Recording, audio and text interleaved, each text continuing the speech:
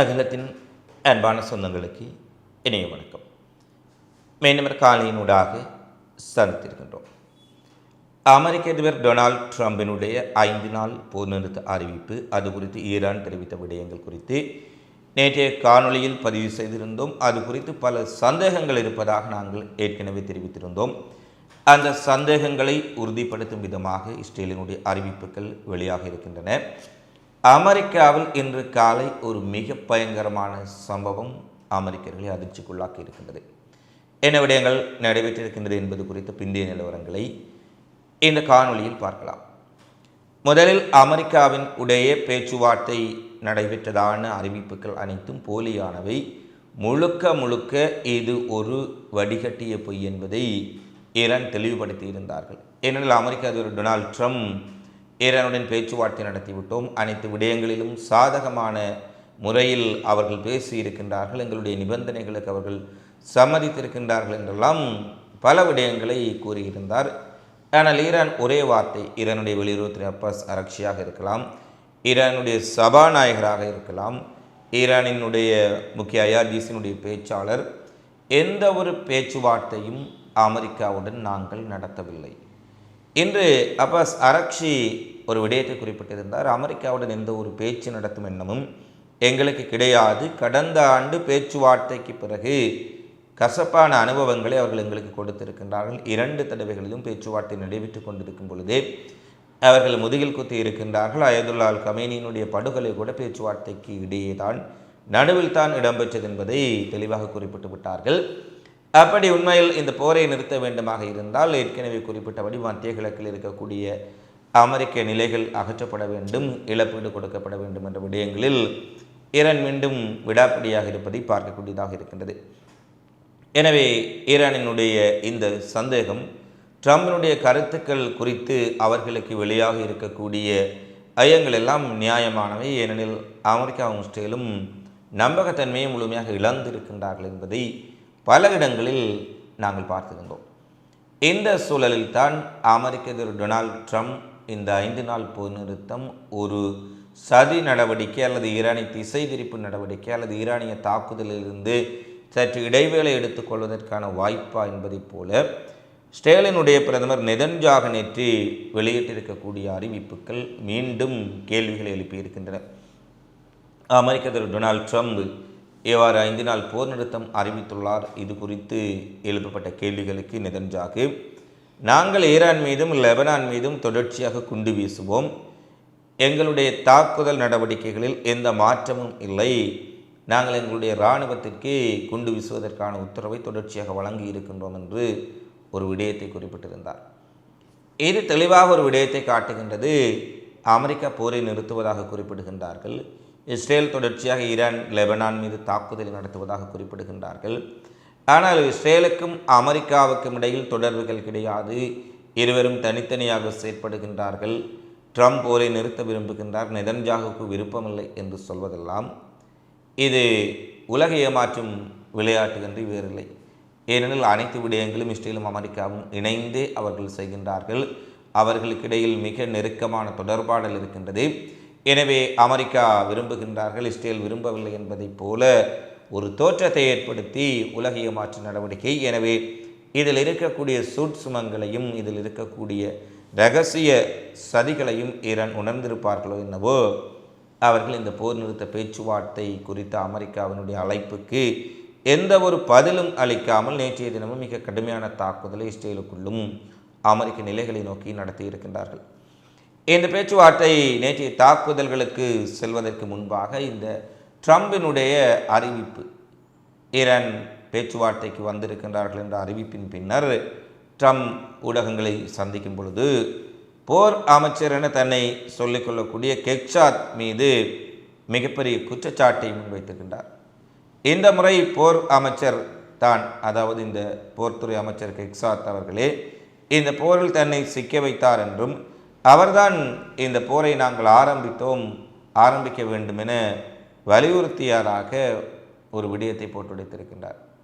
And then unfortunately I called Pete, I called General Kane, I called a lot of our great people. We have great people, and I said, let's talk.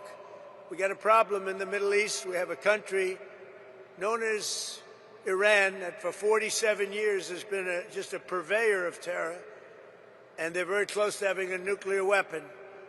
We can keep going and get that 50,000 up to 55 and 60 is no end, or we can take a stop and make a little journey into the Middle East and eliminate a big problem.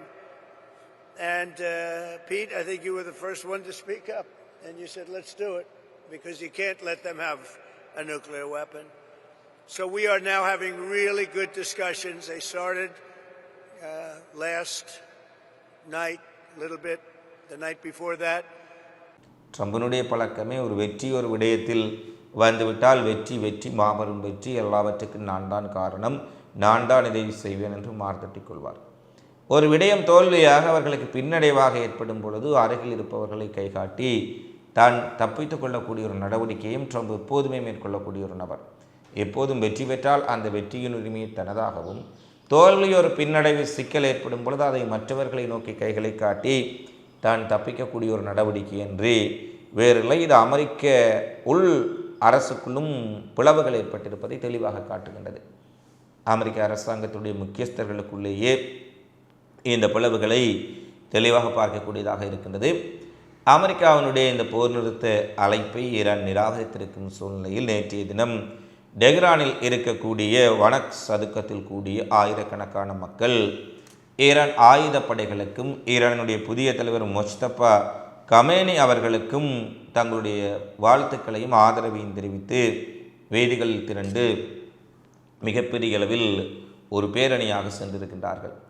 அதாவது America Israel இந்த போரில் பின்னடைந்திருக்கின்றார்கள், பின்னடைவை சரி செய்வதற்காக ஒரு போர் நிறுத்தம் கேட்டிருக்கின்றார்கள், Iran மறுத்திருக்கின்றார்கள். இந்த சந்தர்ப்பத்தில் ஈரான் மக்களுடைய உணர்வுகளை பார்க்கும் பொழுது எங்கள் மீது வலிந்து தாக்குதலை நடத்தியவனை நாங்கள் மிக கடுமையாக பதிலடி கொடுக்க வேண்டும், ஈரான் தாக்குதலை நிறுத்தக்கூடாது என்பது போல அங்கே இருக்கக்கூடிய மக்கள் எல்லாம் காட்சிகளை பாருங்கள், வீதிகளில் திரண்டு எங்கள் அரசுக்காக நாங்கள் நிற்போம், எங்கள் ஆயுதப்படைகளின் பின்னால் நிற்போம், ஆக்கிரமிப்பையும் அந்நிய சக்திகள் இந்த மண்ணை ஆக்கிரமிப்பதை ஒருபோதும் நாங்கள் ஏற்றுக்கொள்ள மாட்டோம் என்று கோஷங்களை எழுப்பியவாறு நடு இரவில் வீதிகளில் சென்று கொண்டிருக்கின்றார்கள்.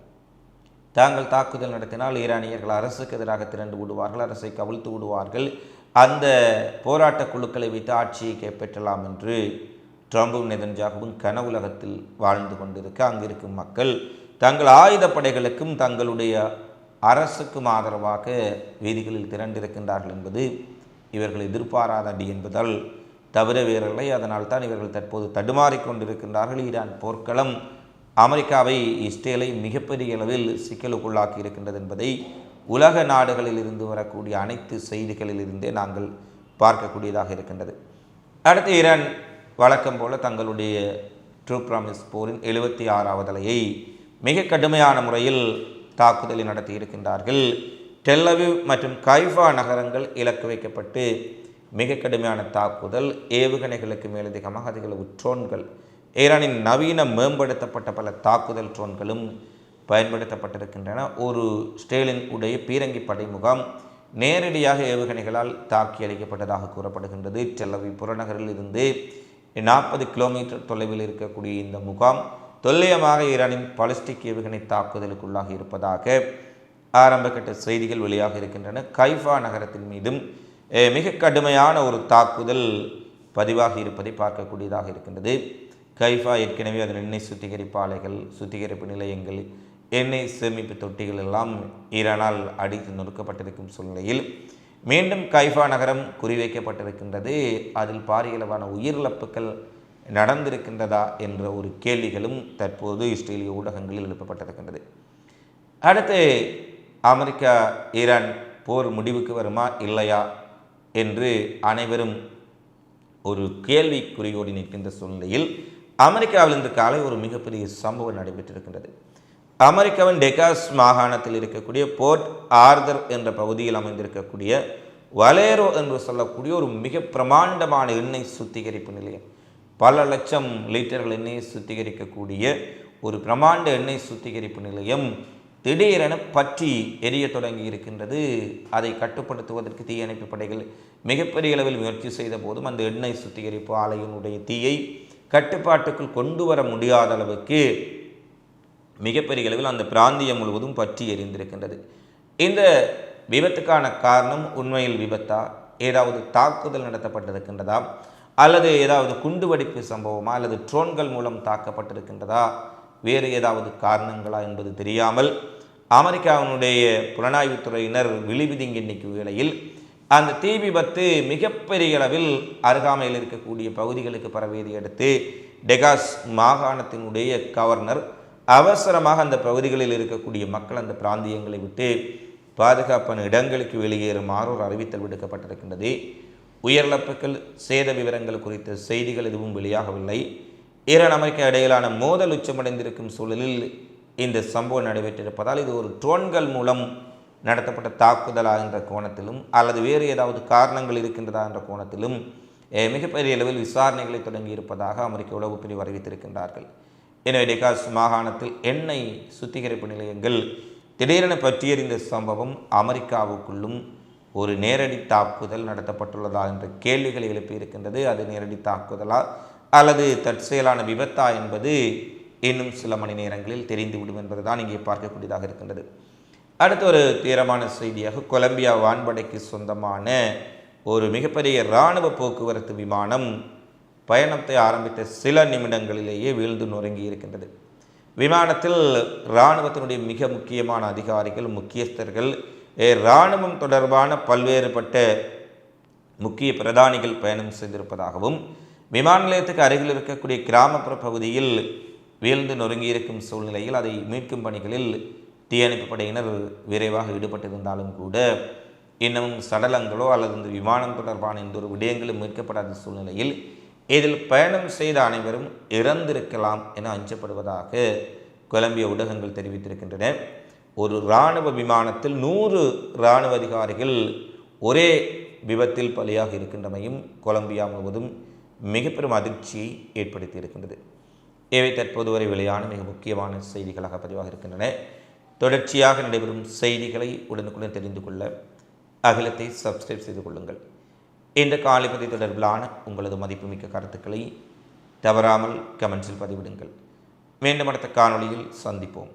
நன்றி, வணக்கம்.